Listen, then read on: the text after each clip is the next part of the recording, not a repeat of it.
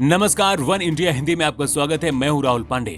बसपा विधायक शाह आलम उर्फ गुड्डू जमाली के इस्तीफे के बाद मायावती ने उमा शंकर सिंह को बसपा विधान मंडल का नेता बनाया है। बसपा सुप्रीमो मायावती ने शुक्रवार को प्रेस कॉन्फ्रेंस में उमा शंकर सिंह के नाम का ऐलान कर दिया है। लेकिन इस बीच बात सिर्फ ये हो रही है कि आखिर शाह आलम ने विधानसभा चुनाव से पहले ही मायावती को क्यों बाय बाय कह दिया और इसके पीछे की वजह क्या है। आजमगढ़ के मुबारकपुर विधानसभा क्षेत्र के विधायक जमाली राज्य के सबसे अमीर विधायक हैं और विधायक रहते हुए उनके पहले कार्यकाल में ही उनकी संपत्ति दोगुनी हो गई थी। बसपा अध्यक्ष ने इसी साल शाह आलम को पार्टी विधायक दल का नेता नियुक्त किया था, लेकिन उन्होंने मायावती पर ही दोष लगाते हुए चुनाव से पहले पार्टी को बाय बाय कह दिया है। विधानसभा में शाह आलम सिर्फ मायावती से ही नहीं बल्कि सबसे अमीर विधायक हैं। आलम 2012 से बसपा के विधायक रहे हैं और 2017 आते आते उनकी संपत्ति दोगुनी से भी कहीं ज्यादा हो गई।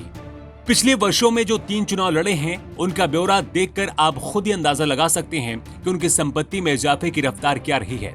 बहुजन समाज पार्टी अध्यक्ष मायावती को इस्तीफा देने वाले शाह आलम ने कहा है कि मैंने बीएसपी और यूपी विधानसभा से इस्तीफा दे रहा हूं क्योंकि पार्टी नेता मायावती और मेरे बीच भरोसे का भाव है।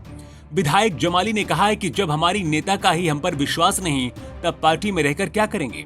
उन्होंने अपनी चिट्ठी में लिखा है कि 21 नवंबर को आपके साथ हुई बैठक में मैंने महसूस किया कि पार्टी के प्रति मेरी निष्ठा और ईमानदारी के बावजूद आप संतुष्ट नहीं हैं।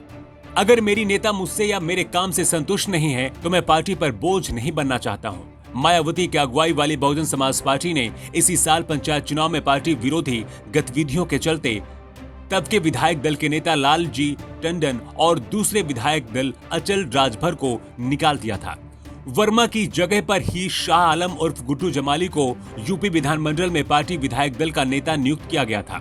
आलम लगातार 2 विधानसभा चुनाव से आजमगढ़ जिले की मुबारकपुर सीट से बीएसपी का प्रतिनिधित्व कर रहे हैं। पार्टी ने उन्हें 2014 के लोकसभा चुनाव में सपा संस्थापक मुलायम सिंह यादव के खिलाफ भी मैदान में उतारा था, लेकिन काफी वोट जुटाने के बावजूद भी जमाली चुनाव हार गए थे। 2012 के विधानसभा चुनाव के दौरान मुबारकपुर से पर्चा दाखिल करते हुए शाह आलम ने जो संपत्ति अपनी घोषित बताई थी वह 54 करोड़ रुपए थी, लेकिन जब वो 2014 के लोकसभा चुनाव में मुलायम सिंह यादव के खिलाफ उम्मीदवार बने तो उनकी संपत्ति 70.3 करोड़ रुपए हो गई थी। शाह आलम विधायकी के साथ साथ कंस्ट्रक्शन के कारोबार से भी जुड़े रहे हैं और उनकी पत्नी शाहीन आलम रिटेल के बिजनेस से जुटी रही हैं। 2014 से 2017 के बीच में उनकी पत्नी की संपत्ति भी 79 लाख से बढ़कर 3.5 करोड़ रुपए हो गई थी। 2017 के विधानसभा चुनाव में दाखिल किए गए हलफनामे में शाह आलम ने करीब 1,19 करोड़ रुपए की संपत्ति दिखाई थी। इस खबर में इतना ही। ज्यादा अपडेट्स के लिए आप बने रहिए वन इंडिया हिंदी के साथ।